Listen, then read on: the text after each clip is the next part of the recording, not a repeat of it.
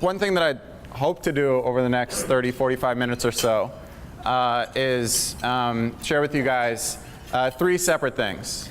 So the first one is a deeply personal story, the story of my experience growing up as a kid all the way to being on the stage in front of each of you now. The second thing is the story of the organization that I started, Pencils of Promise. And then the third is ideally the most important part of the talk today, which are really the lessons learned. As a kid, I became obsessed with one thing. I wanted to make as much money as possible, literally as much as I could. And I figured Wall Street was the way to do it.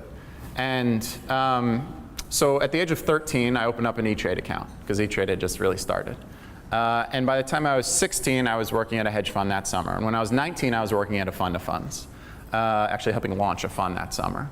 And I was on this fast track to a very, very lucrative Wall Street career. Time and time again, if you look at the great works of artistic breakthrough and creative breakthrough, and business as well, what you discover is that the people that created these breakthroughs, they rarely occur during periods of immense contentment or joy or happiness in their life, right? That's not when they occur. You know when they occur? They occur right after periods of immense struggle. It's when society is rife with conflict that immense breakthrough occurs, or when someone's just had their heart ripped out by a lover. And so I looked at my life and I thought, you know something, I never really left my comfort zone. I've kind of grown up in Fairfield County, gone to school in New England, I'm going to move to New York to work in finance, and I really believe this phrase that true self-discovery begins where your comfort zone ends. In January of 2005, I went on one of what is now 3 famous semester at sea voyages. And I can tell you, you don't get on a famous voyage when everything goes right. The short version is that my ship got caught about 700 miles from land in between 3 massive storm fronts. And we got hit by a 60-foot rogue wave head-on that went over the top of my ship. We were in the midst of about 40, 45-foot swells. And so a 40-footer is probably a little bit taller than this building, this room. The entire ship shuttered. We didn't know what had happened. And what we later learned was that this 60-footer hit us head-on and went over the top of the ship and shattered the glass on the 6th floor, which is where the bridge is, and flooded the area with the navigational equipment. And when it flooded the area with the navigational equipment, we lost all power to our engines. And we also lost all ability to steer through the storm. I knew without a shadow of a doubt that I was going to die. And there's no other way to put it. It was a certain death experience when that announcement came.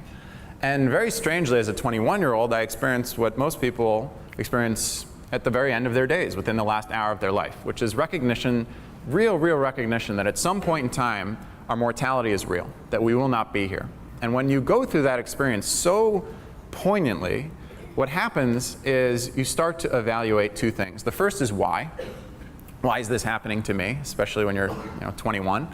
And then the second thing is a more profound question, which is, what is the legacy that will be left behind when I am no longer here? If there's anything that you take away from today in this talk, it's the value of personal purpose. And this is what I shared with the group this morning, is that we talk a lot about passion. Find your passion. And I actually speak a lot about the value of commitment to results, because I don't think passion is enough. I think passion is often something that creates a lot of unintended consequences. When people just say, oh, I'm going to pursue my passion. No, you need to pursue whatever it takes to create the results that you want, and oftentimes passion is a lead driver for that. But regardless of those 2, the single most important thing that any individual can discover is their sense of purpose. And so I became immensely committed to it because of this one experience at sea. And what I also came to realize was that that didn't just apply to me. I believe without a shadow of a doubt that every single one of you that's in this room today has a very distinct purpose in being here. I think that there's probably a sense of purpose that brought you here today, because you could be anywhere. But for some reason, you are in this room with the chosen people around you. And hopefully, because of this talk, or maybe some of the other conversations that you'll have, you'll start to evaluate, what is my sense of purpose? And start to lead a life that drives you to discover that answer and then live it fully.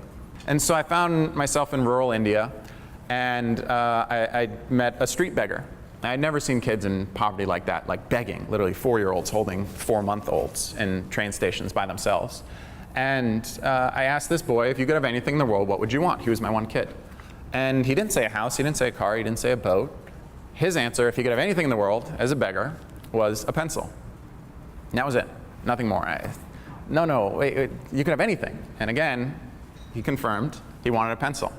And there was so much wisdom in that, because essentially what he was telling me is that the single greatest thing that anyone can do to unlock the potential of any individual, and particularly children, was provide them with greater access to education. But if you really break it down, this concept of education, which we all care so deeply about, otherwise we wouldn't probably have gotten to the place that we're at in life, is the one issue that, in my opinion, is eminently solvable. Because we're not looking for a mystery vaccine. We're not looking for a mineral that may or may not be in the soil or in the sky.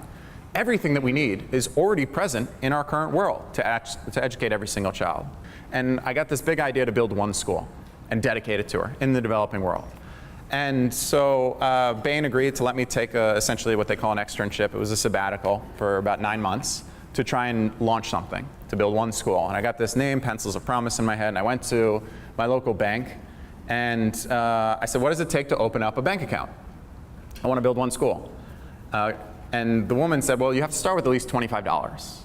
And I profoundly believe that big dreams start with small, unreasonable acts. When you start to think about how do you create a life of meaning, a life of purpose, I would encourage you to think about this idea, which is what I started with this organization. As soon as I decided to pursue it full time, I left my job in March of 2010 and started working out of my apartment and said, okay, we're going to build an organization that's not only going to transform the educational space, but ideally transform modern philanthropy in some capacity.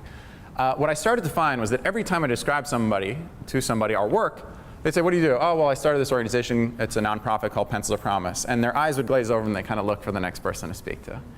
I say, why does this keep happening to me? I mean, am I that uninteresting that people just don't want to know about our work? And what I realized was this phrase is the most hurtful thing possible to the space. No one that I've ever met in my life wakes up in the morning and says, oh, today, can't wait to not profit. The next one is just the power of vulnerability. And I spoke about it this morning with the Impact Harrison group. We often think that within our path towards leadership, our path towards impact, we have to portray ourselves as perfect, right? Such a big part of leadership is standing up and saying, I know what to do.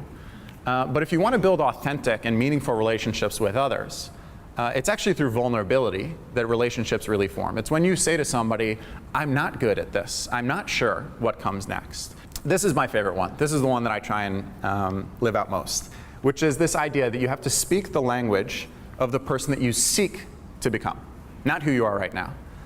In my case, when I was 23, 24, I found that I'd go to a bar, and in New York City, the default conversation is, what do you do? Right? What do you do? And then where do you live? And then you compare restaurants and all these like weird things about your neighborhood.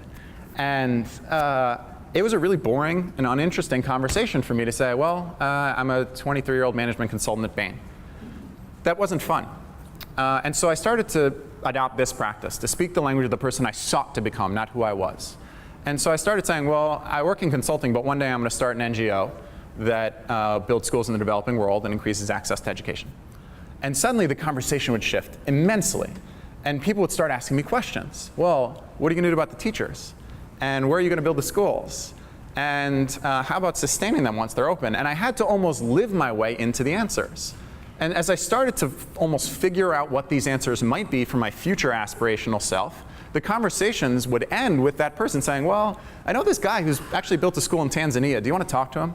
Or I know this woman who's opened up a clinic in Nepal. Maybe she could be helpful for you. And because of that commitment to speaking the language of my future self, I was pulled into that aspirational self, because those conversations became opportunities, and those opportunities became actions. And so this last question is really what this talk has been centered around the entire time, which is, do you want to live a life of success or a life of significance? Because the truth is, you can have both.